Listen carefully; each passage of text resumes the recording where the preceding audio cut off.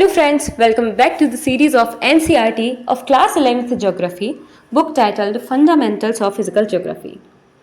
आपको बता दें इससे पहले एक इंट्रोडक्टरी वीडियो आ चुका है। आज हम देखेंगे अपने यूनिट फर्स्ट के आगे का टॉपिक जिसका नाम है geography as an integrating discipline. लेकिन उससे पहले एक बार जल्दी से एक क्विक रिवीजन ले लेते हैं अपनी फर्स्ट वीडियो का, जिसमें हमने जाना था that why should we study geography. आखिर हमें ज्योग्राफी पढ़नी ही क्यों है?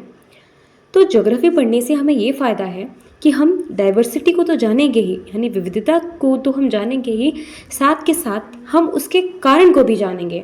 हम इन्वेस्टिगेट करेंगे कि आखिर वो क्या कॉज है जो उस डाइवर्सिटी के लिए रिस्पॉन्सिबल है। सेकेंड पॉइंट हमने जाना था that what is geography. Geography है क्या?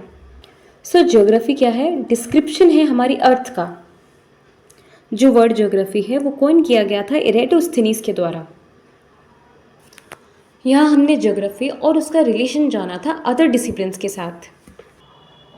ज्योग्राफी एरियल डिफरेंशिएशन का विषय है, जिसका मतलब है क्षेत्रीय विविधता का अध्ययन करना, यानी कि चीज़ें जो क्षेत्र के साथ साथ बदल जाएं। एरियल मीन्स एरिया, डिफरेंशिएशन अलग अलग। सो जो ज्योग्राफर्स हैं वो सिर्फ वेरिएशंस को नहीं पढ़ रहे हैं, अपितु वो उनके पीछे होने वाले कारण को भी जानते हैं।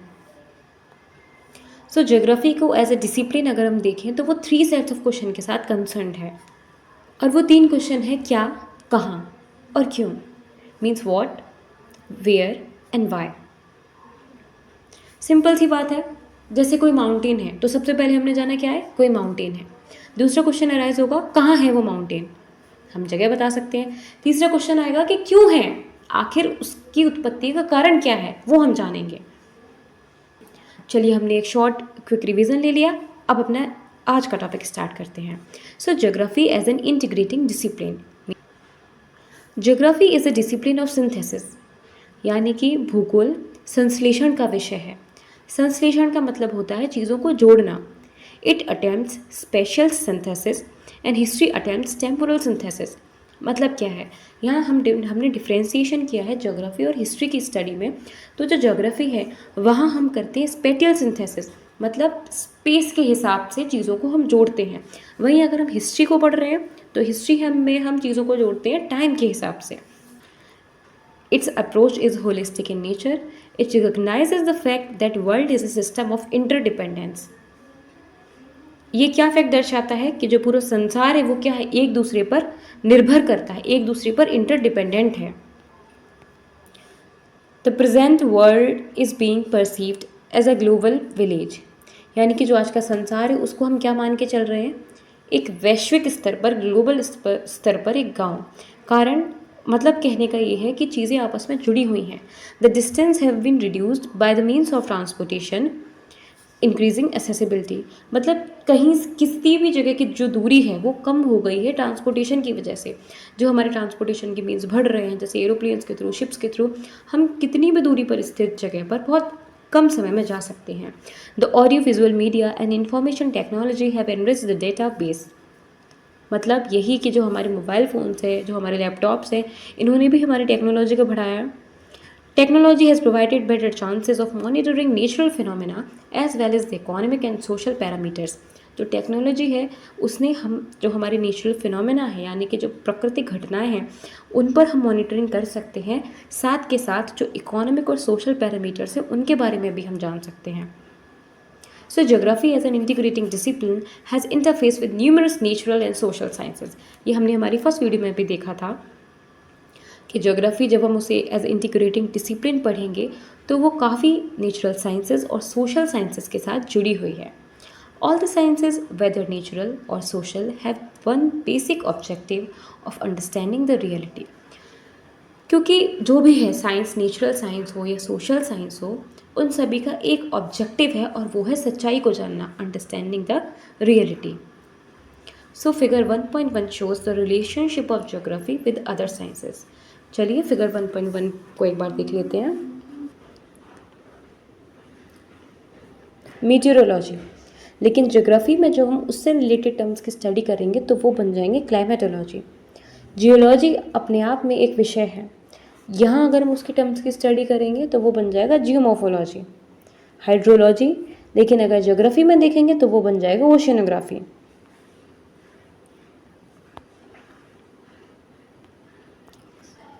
इकोनॉमिक्स, जो कि खुद में कितना बड़ा सब्जेक्ट है, उससे रिलेटेड टर्म्स जब हम यहाँ ज्योग्राफी में देखेंगे तो वो कहलाएंगे इकोनॉमिक ज्योग्राफी। इसी तरीके से आप और भी एग्जांपल्स देख सकते हैं, जैसे political geography, historical geography, social geography, जैसे एक सब्जेक्ट है फिलॉसफी, तो महान लोगों के विचारों को पढ़ते हैं, लेकिन वही विचार जब हमारी ज्योग्राफी पर इन्फ्लुएंस डालते हैं, उस पर प्रभाव डालते हैं, तो वो कंसिडर किए जाते हैं ज्योग्राफिकल थॉट्स के अंडर। सो हमने जाना that every discipline concern with scientific knowledge is linked with geography. मतलब जो भी ऐसा विषय है जिसमें साइंटिफिक नॉलेज है, वो कहीं ना कहीं ज्योग्राफी से लिंक है। Geography helps in understanding the reality in totality in its spatial perspective. Geographer is required to have a broad understanding of all the fields to be able to logically integrate them. इसलिए जो भी geographer है, geographer कौन होता है? A person who study geography. तो जो भी भूगोलवेत्ता है, सबसे पहले उसके लिए ज़रूरत की बात है कि उसको ये जितने भी फील्ड्स हैं उन सभी में एक अंडरस्टैंडिंग हो, ताकि वो क्या कर सके, चीज़ों को रिलेट कर सके। This integration can be understood with some examples. चलिए इस बात को कुछ एग्जाम्पल से देखते हैं। इसका एग्जाम्पल सबसे अच्छा हमारे पास है इंडिया का। जो जगह, जैसे इंडिया में क्या है, इंडिया में है Himalayas. So Himalayas acted as great barrier in provided protection, but the passes provided routes to the migrants and invaders from Central Asia. आपने मोस्टली देखा है जितने भी अटैक्स इंडिया पर रहे वो नॉर्थ वेस्ट साइड से रहे हैं, नॉर्थ ईस्टर्न साइड से नहीं रहे, क्योंकि वह हिमालय का पूरा एक्सटेंशन है ईस्ट तक। जैसे शक आए, हून आए, ग्रीक आए, इंडो ग्रीक आए, तो ये सभी का जो इन्वेज आए वो आए हैं नॉर्थ वेस्ट की साइड से, क्योंकि वहाँ पर कोई ऐसा बॉर्डर नहीं है। वाइल हिमालयाज ने काम किया है एक बॉर्डर का प्रोटेक्शन देने का। Every geographical phenomena undergoes change through time and can be explain temporarily. जो भी कोई ज्योग्राफिकल फिनोमेना है उसमें क्या होगा, चेंज होगा, अंडरगोज चेंज थ्रू टाइम, वक्त के साथ साथ। The changes in land form, उसके लैंड फॉर्म में चेंज होगा, वहाँ के क्लाइमेट में चेंज होगा, क्लाइमेट में चेंज होगा तो वेजिटेशन में भी चेंज होगा, इकोनॉमिक एक्टिविटीज़ में चेंज होगा, ऑक्यूपेशन में चेंज होगा, सभी चीज़ों में चेंज होगा। Possible to convert time in terms of space and in space in terms of time. इसलिए अब हम क्या कर सकते हैं, स्पेस को यानी कि जगह को हम टाइम के टर्म्स में कन्वर्ट कर सकते हैं और टाइम को जगह के टर्म्स में। ये एग्जाम्पल से समझते हैं। जैसे कोई दो पॉइंट है, एक है पॉइंट ए, एक है पॉइंट बी। हम ये कह सकते हैं कि इनके बीच की जो दूरी है वो कितनी है, वो है 1500 किलोमीटर्स। और साथ के साथ हम इसको ये भी कह सकते हैं कि जो ए प्लेस है वो बी प्लेस से 2 घंटे की दूरी पर है, अगर हम बाय प्लेन ट्रैवल कर रहे हैं। या हम ये भी कह सकते हैं कि इनके बीच की जो दूरी है वो 17 आवर्स है, अगर हम ट्रेन से ट्रैवल कर रहे हैं। तो इसमें हमने टाइम को स्पेस के टर्म्स में और स्पेस को टाइम्स के टर्म में क्या कर दिया, कन्वर्ट कर लिया। So it is for this reason time is an integral part of geographical studies as the 4th dimension. ये सबसे इम्पोर्टेंट लाइन। यहाँ से हमने क्या करना स्टार्ट कर दिया कि जो टाइम है उसको ज्योग्राफिकल स्टडीज़ में ऐसे 4th डायमेंशन मान लिया, एक चौथा स्तंभ। पहले 3 स्तंभ क्या थे, पहले 3 स्तंभ थे व्हाट, वेयर एंड व्हाई।